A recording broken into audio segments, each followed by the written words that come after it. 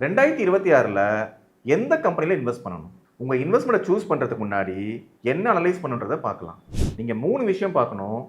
1 அந்த company profit making இருக்கான்னு பார்க்கணும். ஏர்னிங் விசிபிலிட்டி இருக்கான்னும் பார்க்கணும். 2வது ஸ்ட்ராங்கான பேலன்ஸ் ஷீட் இருக்கான்னு பார்க்கணும். 3வது reliable and sustainable cash flow இருக்கான்றத பார்க்கணும். இந்த 3 விஷயம் நீங்க பார்க்கணும் ஒரு கம்பெனிய சூஸ் பண்றதுக்கு. இந்த அனலைஸ பேஸ் பண்ணி எந்தெந்த செக்டார்ஸ் பெர்ஃபார்ம் பண்ண வாய்ப்பு இருக்குன்னு பார்க்கலாம். First one NBFC. இன்னைக்கு இன்ட்ரெஸ்ட் ரேட் குறைஞ்சிருக்கு, கன்சப்ஷன் இம்ப்ரூவ் ஆயிட்டு இருக்கு. Car loan, housing loan, MSME செக்மெண்ட்டை பொறுத்த வரைக்கும் பிஸ்னஸ் எக்ஸ்பான்ஷன் நடந்துட்டு இருக்கு. முக்கியமா கிரெடிட் டிமாண்ட் இருக்குன்னே சொல்லலாம். அதனால என்பிஎஃப்சி ப்ராஃபிட் மேக் பண்ண நிறைய வாய்ப்பு இருக்கு. Second one metal sectors. இன்னைக்கு லீடிங் மெட்டல் கம்பெனிஸ் நல்ல பேலன்ஸ் ஷீட்டோட இருக்காங்க. இன்னைக்கு இன்ஃப்ராஸ்ட்ரக்சரும் க்ரோ ஆயிட்டு இருக்கு.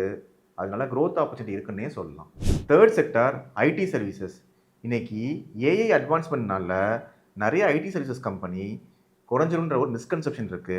பட் சைபர் செக்யூரிட்டி அண்ட் கம்ப்ளைண்ட்ஸோட டிமாண்ட்னால ஐடி சர்வீசஸும் பெர்ஃபார்ம் பண்ண வாய்ப்பு இருக்கு. முக்கியமாக இந்தியாவில் ஐடி செக்டார் ஒரு கோர் செக்டார்னே சொல்லலாம். இன்னைக்கு ஐடி செக்டாரை பொறுத்த வரைக்கும் ஸ்ட்ராங்கான கேஷ் ரிசர்வ் இருக்கு அண்ட் குளோபல் ரெவன்யூ எக்ஸ்போஷரும் இருக்கு. இந்த 3 செக்டாரில் எந்த ஆப்ஷன் நீங்கள் சூஸ் பண்ணுவீங்கன்றத கமெண்ட்டில் சொல்லுங்கள். நீங்கள் ஒரு ஸ்டாக்ஸாக பை பண்ணுறீங்க, ஒரு செக்டாரில் மட்டும் அதிகமாக இன்வெஸ்ட் பண்ணுறீங்கன்னா கண்டிப்பாக உங்கள் ஓன் அனாலிசிஸும் பண்ணுங்கள்.